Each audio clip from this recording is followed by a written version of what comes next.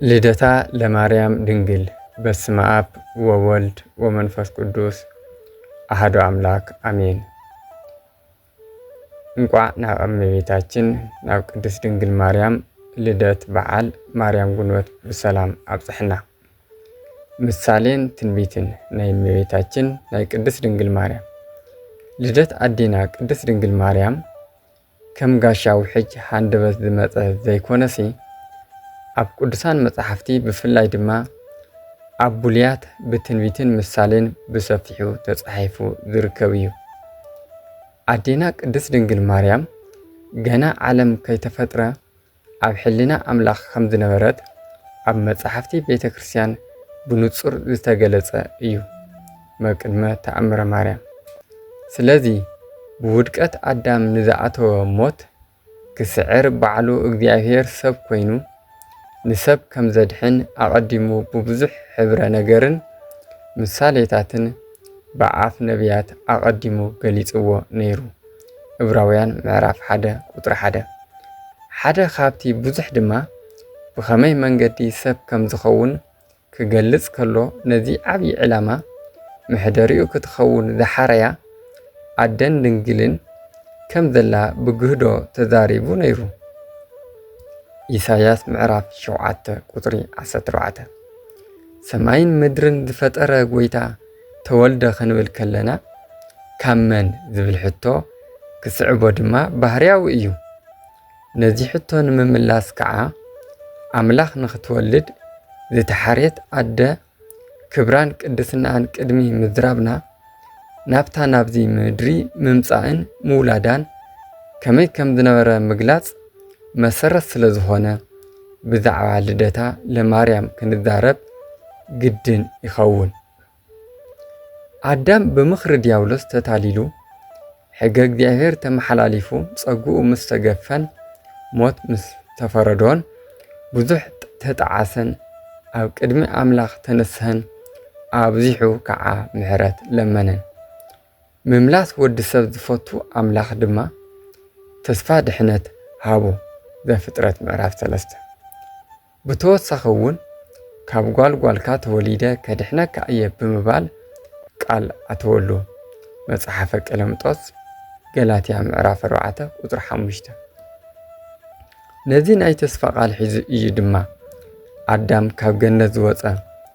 በዚ መሰረት ድማ እዩ ኣቦታት ብዛዕባ እዚ ተስፋ ብብዙሕ ምስላን ትንቢትን እግዚኣብሔር ብዝገለጸሎም ኣስሒሖምን ኣምሊኦምን ኣብ ዘመነ ብሉይ ዝገልጹ ዝነበሩ። ሐዋርያት እውን ነዚ ተስፋ ካብ ቅድስት ድንግል ማርያም ብዝተወልደ ክርስቶስ ኣምላኽና ከም ዝተፈጸመ ኣረጊጾም ሰቢኾም ኣለዉ። ቀዳማይ ዮሐንስ ምዕራፍ 1 ካብ ቁጥሪ 1 ክሳብ 3 ካብቶም እግዚኣብሔር ዝገለጸሎም ኣበው ሊቃውንቲ እውን ሓደ ዝኾነ ኣባ ሕርያቆስ ነዚ ከዘኻኽር ከሎ ኣብ ናይ ቅዳሴ ማርያም መጽሓፉ ኣንቲ ውእቱ ተስፋሁ ለኣዳም ኣመ ይሰደድ እምገነት ክብል ገሊጽዎ ነበረ። ቅዳሴ ማርያም ቁጥሪ 31 ድንግል ማርያም ቅድሚ ዓለም ምፍጣሩ ኣብ ሕሊና ኣምላኽ ዝነበረት ከም ምዃና መጠን ገና ከይተወልደት ከላ ትንቢት ተነጊርላ እዩ። ምስ ተወልደት እውን ኣደ ኣምላኽ እናተባህለት ከም እትነብር ቅዱሳን መጻሕፍቲ ዝምስክሩላ እዮም። ብዛዕባ ልደት ቅድስት ድንግል ዝተነገረ ትንቢት ነቢይ ኢሳያስ ካብ እግዚኣብሔር ብዝተዋሃበ ጸጋ ትንቢት ትወፅእ በትር እምስርወ እሰይ ወይኣርግ ጽጌ እምጉንዱ ካብቲ ኩሩት ጉንዱ ወይ እሰይ ከዓ ሓደ ጠጥዒ ክጭብጭብ እዩ ሓደ ጨንፈር ከዓ ካብ ሱር ፍረ ክፈሪ እዩ። ኢሳያስ ምዕራፍ 11 ቁጥሪ 1 ኢሉ ተነቢዩ ነይሩ። እዚ ማለት በትሪ ወይ ጠጥዒ ዝተባህለት ወይ ብጠጥዒ ዝተመሰለት ቅድስት ድንግል ማርያም ክትኸውን ከላ ዕምበባ ወይ ፍረ ዝተባህለ ድማ ጎይታናን መድሓኒትናን ኢየሱስ ክርስቶስ እዩ። እዚ እውን ኣምላኽ ኣብዚ ምድሪ ዓለም መጺኡ ካብ ቅድስት ድንግል ማርያም ካብ ስጋኣ ስጋ ካብ ነፍሳ እውን ነፍሲ ወሲዱ ካብኣ ምውላዱ ዘመላኽት ትንቢት እዩ። ቅዱስ ያሬድ ነዚ ትንቢት ኣብ መዝሙሩ ክትርጉሞ ከሎ ይእቲ በትር ኣምሳለ ማርያም ቅድስ ይእቲ ወጽጌ ዘወፃ እምኒሃ አምሳሉ ለወልድ እዚኣ በትሪ ናይ ቅድስት ድንግል ማርያም ምሳሌ እያ ካብኣ ዝወፅእ ዕምበባ እውን ናይ ወልድ ምሳሌ እዩ ኢሉ ኣሎ። እግዚአብሔር ጎይታ ሰራዊት ዘርኢ እንተዘይሓድገናስ ከም ሰዶምን ከም ጎሞራን ምኾናን ምመሰልናን ነርና።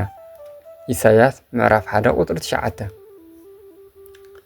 እግዚአብሔር ንጽዮን ሓረያ ምሕደሪኡ ክትኸውን ከዓ ባህጋ እዚኣ ንሓዋሩ መዕረፊተ እያ ብሂገያ እየ እሞ ኣብኣ ክነብር እየ ይብል መዝሙር 132 ካብ ቁጥሪ 13 ክሳብ 14 ዝብሉን ካልኦቱን ብቀጥታ ይኹን ብምስላ ዝተነገሩ ኣዝዮም ብዙሓት ትንቢታት ነዚ ዘመላኽቱ እዮም። ስለዚ ድማ ኩሎም ኣበው ነቢያት ብሓፈሻ ደቂ ኣዳም ነዚ ተስፋ ክፍጸም ብሃንቀውታ ይጽበይዎ ከም ዝነበሩ ዘመላኽት እዩ። ብቐንዱ ኣብ ኩላትና ዝኾነ ኣዳም ቅድስት ድንግል ማርያም ካብ ኣብራኹ ከም እትኽፈልን ካብ ማህፀን ሄዋን ከም እትውለድ ብምፍላጥ ድማ ንሄዋን ህይወት ይብላ ነበረ።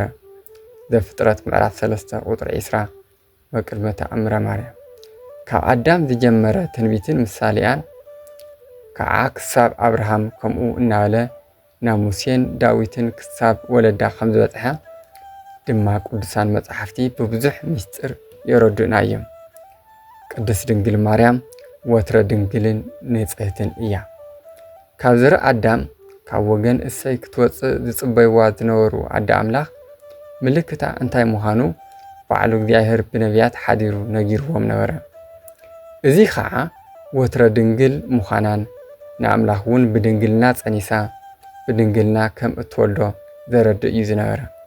ስለዚ ተስፋ ኣበው ዝኾነት ኣዴና ቅድስት ድንግል ማርያም ንጎይታናን መድሓኒናን ኢየሱስ ክርስቶስ ቅድሚ ምጽናሳ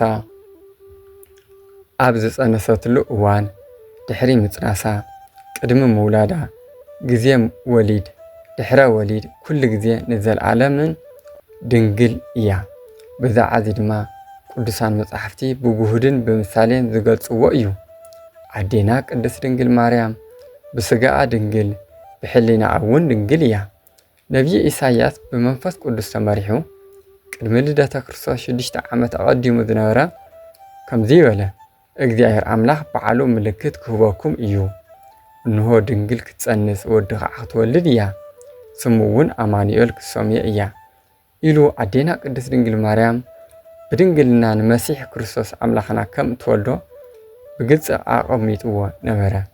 ኢሳያስ ምዕራፍ 7 ቁጥሪ 14 ማቴዎስ ወንጌል ምዕራፍ 1 ካብ ቁጥሪ 22 ክሳብ 23 ነቢይ እግዚአብሔር ሕዝቅኤል ኣብ ትንቢቱ ከም ዝገለጾ ድሕሪዚ ናብ መንገዲ እታ ናብ ምብራቕ ተርኢ መስኮት ደገ መቕደስ መለሰኒ ዕፅውቲ ከዓ እያ እግዚአብሔር ድማ በለኒ እዛ ኣፍ ደገ እዚኣ ዕፅውቲ ትኹን ኣይትኸፈትን ሰብ እውን ኣየኣትዋን እግዚአብሔር ኣምላኽ እስራኤል ኣትይላ እዩ እሞ ስለዚ ብዕፅውታ ንዘለዓለም ትንበር። ሕዝቅኤል ምዕራፍ 44 ካብ ቁጥሪ 1 እስካብ 2 ኢሉ ኣዴና ቅድስት ድንግል ማርያም ዘለዓለማዊ ድንግል ምዃና ብትንቢትን ምሳሌን ጽሒፉ ንረኽቦ። ወልደ ዳዊት ሰሎሞን እውን ኣቲ ሓፍተይ መርዓተይ እተሸጐረ ገነት ዕፅውቲ ዒላ ሕቱም ዓይኒ ማይ ኢኺ ክብል ብዛዕባ ዘለዓለማዊ ድንግልና ኣዴና ቅድስት ድንግል ማርያም ጽሒፉ ንረኽቦ። መኃልየ መኃልይ ምዕራፍ 4 ቁጥሪ 12 ኣዴና ቅድስት ድንግል ማርያም ብኸመይን ካብ መንን ተወልደት? መጀመርያ ጴጥሪቃና ቴክቴክታ ዝበሃሉ ነበሩ። እዚኦም ድማ ሕልሚ ሓሊሞም 7 ኣንስቲ ከም ዝወልዱ ኣቐዲሞም መኻናት ብምንባሮም ሕልሚ ድማ ሓሊሞም 7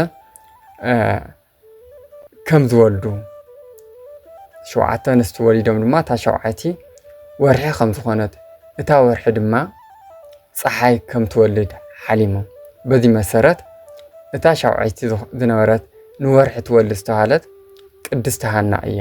ስለዚ ቅድስት ሃና ቅዱስ ኢያቄም ናይ እመቤታችን ቅድስት ድንግል ማርያም ወለዲ ኮይኖም ንሱ ድማ ወለዲ ኣዴና ቅድስት ድንግል ማርያም ኢያቄም ሃናን ይባሃሉ ነበሩ ማለት እዩ። ኣባኣ ኢያቄም ካብ ነገደ ይሁዳ ክኸውን ከሎ ኣዲኣ ሃና ድማ ካብ ነገደ ኣሮን እያ። ክልቲኦም ድማ ኣኽበርቲ ሕገ እግዚኣብሔርን ርህሩሃትን ለጋሳትን ነበሩ። ካብቲ ጽቡቕ ግብሮም ድማ ንዝጸምአን ምብላዕን ምስታይን ንዝዓረቐ ድማ ምኽዳን ይፈትዉ ነበሩ። ኣባ ኢያቄምን ኣዲኣ ሃናንን ናይ መውትወ ሕጊ ብዝፈቐዶ ምስ ተመርዐዉ መኻንነት ወይ ድማ መኻን ምዃን ኣጓኒፍዎም ነበረ። በዚ ምኽንያት እዚ ድማ ዝበሃግዎ ውላድ ሲኢኖም መሪር ብኽያት ይበኽዩን ከም ዝነበሩ ታሪክ ህይወቶም ይገልጽ። ኣብዛ ምድራዊት ዓለም ሰብ ዓብዪ ክብርን ሃብትን ዝውን እኳ እንተኾነ ብሕገ ሰውነት ተጸሚዱ ኣብ ዝነበረሉ ንስሙ ዘጸውዕ መተካእታት ዘርኢ እንተዘይብሉ ሓጎሱ ፍጹም ከም ዘይኸውን ዝተፈልጠ እዩ። እዚ እውን ከይኣክል ኢያቄምን ሃናን ንድንግል ማርያም ቅድሚ ምውላዶም ዝረኽብዎ ዝነበሩ ዝተፈላለየ ፈተና ተጻዊሮም ናብ ሓጎስን ደስታን ቅድሚ ምብጽሖም በቲ ኣብቲ ግዜ እቲ ዝነበረ ህዝቢ ዝተነዓቑ ነበሩ። ምኽንያቱ በቲ ንሳቶም ዝነበርዎ ዘመን መኻናት ሰባት ወይ ዘይወልዱ ሰብ ሓዳር እንተደኣ ኮይኖም ካልእ ትረፍቲ ንቤተ እግዚኣብሔር ኢሎም እንስሳት፣ ወርቂ፣ ብሩርን ንመባእ እንተምጽኡ እኳ ዝቕበሎም ኣይነበረን። በቲ ሽዑ ዝነበረ ህዝቢ ከም ፍንፉናት ይረኣዩ ነበሩ። ምኽንያቱ ድማ እግዚኣብሔር እንተዝፈትወኩም ውላድ መሃበኩም ነይሩ። ግን ብእግዚኣብሔር ዝተጸላእኹም ስለ ዝኾንኩም ንሕና እውን ክንፈትወኩምን መባእኹም ክንቅበለኩምን ኣይግበአናን ይብልዎም ነበሩ። ስለዚ ድማ ንጉሆን ምሸትን ተስፋ ብዘይ ምቑራጽ ናብ እግዚኣብሔር ብምኻድ ኩሉ ግዜ ይጽልዩ ከም ዝነበሩ ታሪክ ቤተ ክርስቲያን ይነግረና። ብከምዚ ብዙሕ ዓመታት ምስ ኣሕለፉ ኣሚኖም ንዝቅርብዎ እግዚኣብሔር ቀረቦም እዩ እሞ ጸሎቶም ሰሚዑ ልመኖኦም ተቐቢሉ ሓሳብ ልቦም ከም ዘስምረሎም ብምእማን ኣብ መወዳእታ ተመጻብዑ። ኢያቄምን ሃናን ክመጻብዑ ከለዉ ውላድ ክህቦም ጥራይ ዘይኮነት ነቲ ዝሃቦም ውላድ ኣብ ኣምልኾተ እግዚኣብሔር ጸኒዑ ዝነብር ክኸውን ሰብ ዘየቐይም ንፈጣሪኡ እውን ዘየሕዝን ክኾነሎም ለመኑ። እንተወሊድና ሓሪስና ወሪድካን ደይብካን ሓግዘና ኣይንብሎን። እንታይ ደኣ ንቤተ እግዚኣብሔር ከም ዘገልግል ክንገብር ኢና። ከምኡውን ጓል እንተደኣ ወሊድና ድማ ማይ ወሪድኪ ኣስቲና ዕንጨይቲ ኣሪኺ ሓግዝና ኣይንብላን። እንታይ ደኣ ንቤተ እግዚኣብሔር ዘድልዩ ነገራት እናሰርሐት ክትነብር ንቤተ እግዚኣብሔር ክንህባ ኢና ኢሎም ተመጻብዑ። ኣብ መንገዲ እናተመለሱ ከለዉ እውን ረጋቢት ምስ ጨቃዊቶም ክጻወቱ ርእዮም ኦ እግዚኣብሔር ኣምላኽ ነዚኦም ረጋቢት ክባዝሕን ክፈርዩን ዝፈቐድካ ንስኻ ኢኻ። ንዓና ንባሮትካ ካብዚኣቶም ረጋቢት ስለምንታይ ኣትሓትካና ኢሎም ኣምሪሮም ለመንዎ። እዞም ክልተ ናይ እግዚኣብሔር ሰባት ከምቲ መጥፍዖም ድማ ተስማዕሚዖም ናብ ገዝኦም ምስ ከዱ ሓደ ዘገርም ራእይ ረኣዩ። ንሱ ድማ ሃና ዝረኣያቶ ራእይ ክትነግሮ ከላ ምዕሩግ ግምጃ ክትዕጠቕ መቆምያኻ ድማ ለምሊማን ዓምቢባን ፈርያን ንፍርያ ድማ ኣብ ዓለም ዘሎ ፍጡር ክበልዖ ከሎ ረኣኹ በለቶ። ኢያቄም ነዚ ምስ ሰምዐ ብወገኖም ንሃና ከምዚ ክብል ነገራ። ሓንቲ ጻዕዳ ርግቢት 7 ሰማያት ሰንጢኻ ወሪዳ ኣብ ርእስኺ ኮፍ ክትብር እየ በላ። እግዚኣብሔር ብረድኤት ስለ ዝረኣዮም ድማ ብ7 ነሓሰ ኣዴና ቅድስት ድንግል ማርያም ተጸንሰት። ኣብ ማህፀን ኣዲኣ ከላ ብዘደንቕ ተኣምራት ብምግባር ብዙሕ ድውያን ኣንጺሃን ኣድሒናን ተወልደት። ኣዴና መኣዝን ኣበይን ተወልደት? ስለምንታይ ከ ኣብኡ ተወልደት? ኣዴና ቅድስት ድንግል ማርያም ቅድሚ ምውላዳ ገና ኣብ ማህፀን ኣዲኣ ከላ ብዙሕ ተኣምራት ከም ዝገበረት ዝተፈልጠ እዩ። ገለ ካብኡ ንምጥቃስ ገና ቅድስቲ ሃና ድሕሪ ነዊሕ ናይ መኻንነት ዓመታት ትጽኢት ውላድን ብምጽናሳ ተሓጒሳ ሓንቲ ዕውርቲ ዝነበረት ሓትናኣ ነቲ ጽንሲ ብኢዳ ዳሃሲሳ ዓይና ዝተንከፈቶ ብርሃን ዓለም ረኣየት። ሳሚናስ ዝበሃል ጓል ኣኳኣ ንሃና ማለት እዩ ሞይቱ ተገኒቱ ኣብ ዓራት እንከሎ ሃና ኣዝያ ትፈትዎ ስለ ዝነበረት ነቲ ዓራቱ እናባኸየት ክትበክእ ከላ ጽላሎታ ነቲ ሬሳ ምስ ዓረፎ እቲ ምዉት ዝነበረ ተንስአ። ተንሲኡ ድማ ሰላም ለኪኦ እምሕይወቱ ለዘገብረ ሰማይ ወምድረ ሰማይ ምድርን ዝፈጠረ ዓባዩ ኣዲኡ ንዓኸይ ሰላምታ ይግባእ ኢሉ ሽዑ ንሽዑ ተመሊቱ ዓሪፉ ነዚ ዝረኣዩን ዝሰምዑን ብዙሓት ሕሙማት ከዓይመፁሞ ይፍወሱ ነበሩ። እዚ ከምዚ ኢሉ እንከሎ እቶም ንቕንኢ ከም ክዳን ዝለበስዎ ኣይሁድ ነዚ ተኣምራት ምስ ረኣዩ ምስ ሰምዑን ካብ ማህፀን ኣዲኡ ከይወፀ ከምዚ ዝገበረ ምስ ተወልደ ደኣ እንታይ ክገብር እዩ ብምባል ንቅድስቲ ሃና ከጥፍኡ ተበገሱ። ሰይጣን ዝሓድሮም ክፉኣት ነበሩ እሞ ብዳርማ እምኒ ቀጥቂጦም ብሓዊ ኣንዲዶም ክቐትልዋ ምኽሪ ገበሩ። ይኹን ደኣ እምበር ከምቲ ጥበበኛ ሰሎሞን እምሊባኖስ ትወፅእ መርዓት ካብ ሊባኖስ መርዓት ክትወፅእ እያ ብምባል ዝዘመረላ ነቲ ትንቢት ክፍፀም ቅዱስ ገብርኤል መልኣኽ ብራእይ ተገሊጹ ናብ ኣኽራናት ሊባኖስ ወሰዶም። መኃልየ መኃልይ ምዕራፍ 4 ቁጥሪ 8 ኣብዚ ግዜ እዚ ድማ እያ ኣብ እምባታት ሊባኖስ ቅድስቲ ሃና ኣብ ስደት ከላ ተስፋ ናይ ኩላ ዓለም ዝኾነት ቅድስት ድንግል ማርያም ባሕቲ ዕለት ሓደ ግንቦት 5485 ዓመተ ዓለም ተወልደት። ስለዚ እመቤታችን ብ5485 ዓመተ ዓለም ተወልደት ንዓመተ ምህረት 15 ወይ ድማ ዓመት 15 ዓመት ክቆርዮ ከሎ ንዓመተ ምህረት እዚ ማለት እግዚአብሔር ኣምላኽና ንኽትወልዶ 15 ዓመት ክቐሪ ከሎ ማለት እዩ። ምስ ተወልደት ድማ እቲ ከባቢ ን8 መዓልቲ ብርሃን ዓሰሎ። እዚ ከዓ ንሳ ከምቲ ትንቢት ዝተነገረላን ሱባኤ ዝተቆፀረላን ኣደ ብርሃን መድሓኒና ኢየሱስ ክርስቶስ ክትኸውን ብሕሊና ኣምላኽ ዝተሓሰበት ብምንባራ እዩ። ስለዚ እዩ ከዓ ኣቦታት ሊቃውንቲ ኣብ ዕለተ ልደታ ዮም ፍስሓ ኮነ በእንተ ልደታ ለማርያም ሎሚ ማርያም ስለ ዝተወልደት ሓጎስ ኮነ እናበሉ ከም ቅዱስ ያሬድ ዘመስግንዋ ዕለት ልደታን ዘብዕልዋን ንሕና ድማ ከምኡ ኣማን ብኣማን ተወልደት እሙ ለብርሃን ብሓቂ ብሓቂ ኣደ ብርሃን ተወሊዳ እናበልና ብሓጎስን ብኽብርን ክነብዕሎ ይግበአና። ስለዚ ናይ እመቤታችን ናይ ቅድስት ድንግል ማርያም ልደት ናትና ልደት እዩ። ናትና ልደት ድማ እመቤታችን ቅድስት ድንግል ማርያም ዝተወለደትሉ መዓልቲ ብሓጎስን ብደስታን ብስርዓትን ብኽብርን ክነኽብሮ ከለና ጥራሕ እዩ።